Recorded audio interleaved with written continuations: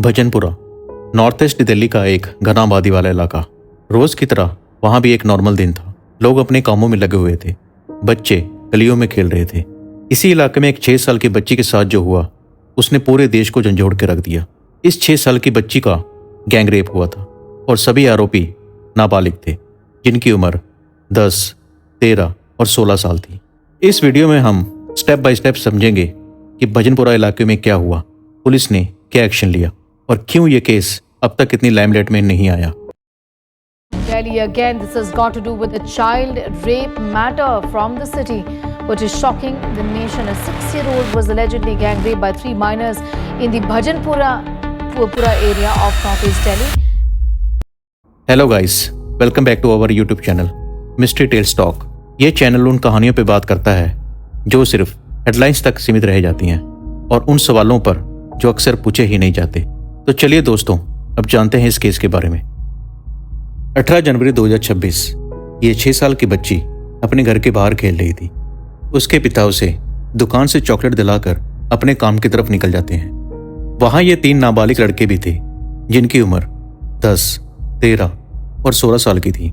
उन्होंने उस बच्ची को अपने पास बुलाया और उसे 10 रुपए का नकली नोट देकर बहला फुसलाकर पास ही के एक चूड़ी फैक्ट्री में ले गए। उस चूड़ी फैक्ट्री के दूसरी मंजिल पर एक सुनसान कमरा था जहां ये तीनों उस बच्ची को ले गए।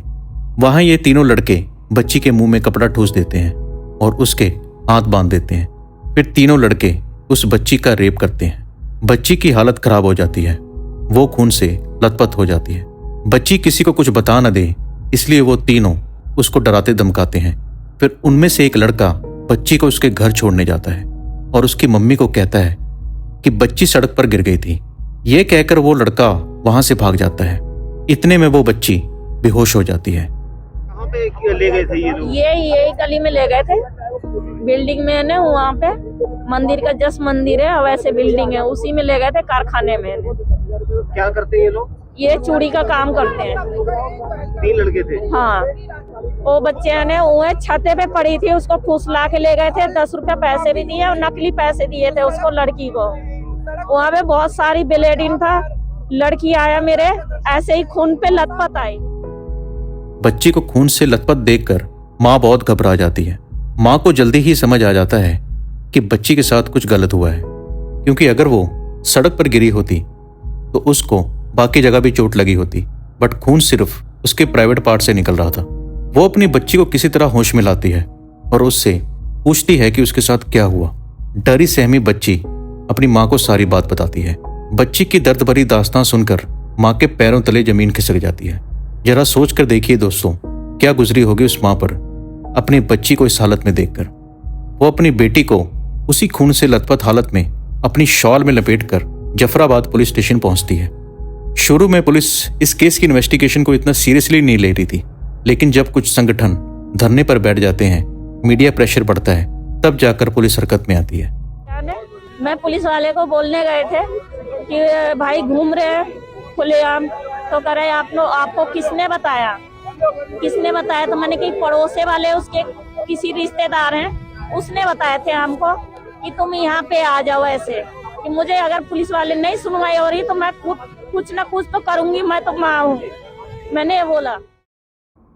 माँ के बयानों के मुताबिक बच्ची के बड़े भाई की हाल ही में डेथ हो गई थी। वो तीनों लड़के बच्ची के भाई के दोस्त थे जो उसके साथ खेलते थे और बच्ची के घर भी आया जाया करते थे, इसलिए बच्ची उन सभी को पहचानती थी और उनको भैया भैया कहकर बुलाती थी। माँ को यकीन ही नहीं हो रहा था उन्होंने बच्ची के साथ इतना घिनौना काम किया है। पुलिस ने पोस्को एक्ट यानी prevention of children from sexual offence 2012 के तहत उन तीनों लड़कों के खिलाफ केस दर्ज किया और अरेस्ट वारंट निकाला।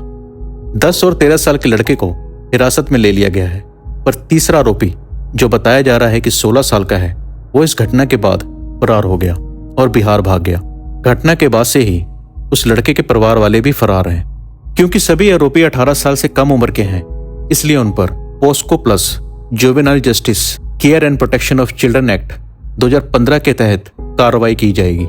इस एक्ट के अनुसार अगर आरोपी 16 साल से कम उम्र के हैं तो क्राइम चाहे कितना भी सीरियस क्यों ना हो, जेल नहीं हो सकती। उन्हें सिर्फ मैक्सिमम 3 साल तक ऑब्जर्वेशन होम में रखकर काउंसलिंग की जाएगी। मतलब 3 में से 2 आरोपी इतना घिनौना अपराध करने के बावजूद छूट जाएंगे। और अगर आरोपी की उम्र 16 से 18 साल के बीच है और ऑफेंस रेप जैसा घिनौना है, तो जुवेनाइल जस्टिस बोर्ड ये डिसाइड करता है कि आरोपी पर अडल्ट की तरह ट्रायल चलेगा या माइनर की तरह। अगर जुवेनाइल जस्टिस बोर्ड को असेसमेंट के बाद ये पता लगता है कि आरोपी मेंटली मैच्योर था और उसे इस क्राइम के नतीजे पता थे, तो उस पर ट्रायल अडल्ट की तरह चलेगा और केस चिल्ड्रन कोर्ट में जाएगा और आरोपी को अडल्ट की तरह सजा होगी, लेकिन इसमें डेथ पेनल्टी नहीं हो सकती। इस केस के बाद सबसे बड़ा और सबसे अनकंफर्टेबल सवाल ये उठता है कि आज के वक्त में इतनी छोटी उम्र के बच्चे इतने घिनौने क्राइम तक कैसे पहुंच जाते हैं। इसका जवाब एक वजह में नहीं छुपा, ये कई लेयर्स का कॉम्बिनेशन है। सबसे पहले बात आती है अपब्रिंगिंग की। बच्चे जो देखते हैं, जो सुनते हैं और जिस एनवायरनमेंट में बड़े होते हैं उसी को नॉर्मल मान लेते हैं। अगर घर में वायलेंस कॉमन हो, लैंग्वेज अब्यूसिव हो या बाउंड्रीज क्लियर ना हो, तो बच्चों के लिए गलत और सही का फर्क धीरे धीरे धुंधला हो जाता है। जैसे इसी केस की बात है, जब बच्ची की माँ उन लड़कों के घर वालों को ये बात बताती है, तो उस 16 वर्षीय अपराधी की माँ लिटरली ये बोलती है कि तेरी बेटी का रेप तो होना ही था। अब आप समझ सकते हो दोस्तों, तो क्या संस्कार दिए होंगे उस माँ ने अपने बेटे को। इसके बाद आता है पेरेंटल एब्सेंस। आज कई घरों में पेरेंट्स फिजिकली तो प्रेजेंट होते हैं, लेकिन इमोशनली एब्सेंट। बच्चों के साथ बात करना, उनके बिहेवियर को ऑब्जर्व करना, उनके दोस्तों, उनकी हैबिट्स पर नज़र रखना, ये सब धीरे धीरे कम होता जा रहा है। इसी खाली जगह को एक चीज़ भर रही है, मोबाइल फ़ोन्स। स्मार्टफोन आज सिर्फ एंटरटेनमेंट का जरिया नहीं रहा, यह एक्सपोजर का दरवाज़ा बन चुका है। बिना एज फिल्टर्स के वायलेंट कंटेंट्स, सेक्सुअल कंटेंट्स और डिस्टॉर्टेड रियलिटी बच्चों तक पहुंच रही है। जब दिमाग अभी डेवलप हो रहा हो और उस पर बिना समझ के अडल्ट कंटेंट का प्रेशर पड़े, तो एम्पैथी और इम्पल्स कंट्रोल कमज़ोर पड़ने लगते हैं। साइकोलॉजी में इसे डिसेंसिटाइजेशन कहा जाता है, जब बार बार गलत चीज़ें देखने से वो शॉकिंग नहीं लगती। इसके साथ एक और फैक्टर जुड़ता है, पीयर इन्फ्लुएंस। जब ग्रुप में कोई एक बाउंड्रीज क्रॉस करता है, तो बाकी बच्चे उसे नॉर्मल समझने लगते हैं। ग्रुप वैलिडेशन के लिए वो ऐसा काम कर जाते हैं जिनके नतीजों का अंदाज़ा उन्हें होता ही नहीं। और फिर आता है लैक ऑफ कॉन्सिक्वेंसेस का परसेप्शन। कई बच्चों को लगता है कि क्योंकि वो नाबालिग हैं, इसलिए उनके एक्शंस के सीरियस रिजल्ट नहीं होंगे। ये सोच सिर्फ बच्चों की नहीं, बल्कि सिस्टम के मैसेजिंग का भी नतीजा है। यहाँ पर सिर्फ एक बच्चा फेल नहीं होता, यहाँ पेरेंट्स, सोसाइटी, डिजिटल इकोसिस्टम्स और प्रिवेंशन सिस्टम सब मिलकर फेल हो जाते हैं। इसलिए हम जब सिर्फ पनिशमेंट पर फोकस करते हैं, तो हम प्रॉब्लम के सिर्फ एंड पॉइंट को देख रहे होते हैं। असली सवाल ये है कि हम उस शुरुआत को कैसे रोकें जहाँ से ये सोच पैदा होती है। इस कहानी का सबसे डरावना हिस्सा ये नहीं कि 6 साल की बच्ची के साथ क्या हुआ, बल्कि ये है कि हम ऐसे जुर्मों को एज, प्रोसेस और टेक्निकलिटीज़ के पीछे नॉर्मल बना रहे हैं। जब जुर्म इतने ब्रूटल और इनह्यूमन हो, तो सिर्फ ये कह देना कि आरोपी माइनर है काफ़ी नहीं। कानून का मकसद सुधार होता है, लेकिन न्याय का मतलब सिर्फ सुधार नहीं, बल्कि एक क्लियर और सख्त मैसेज होना चाहिए। आज ज़रूरत है कि ऐसे जुर्मों के लिए सबसे कड़ी लीगल सज़ा हो, चाहे अपराधी माइनर ही क्यों ना हो। क्योंकि जब पनिशमेंट कमज़ोर होती है, जुर्म सिर्फ रिपीट नहीं होता और ज़्यादा निर्दयी हो जाता है।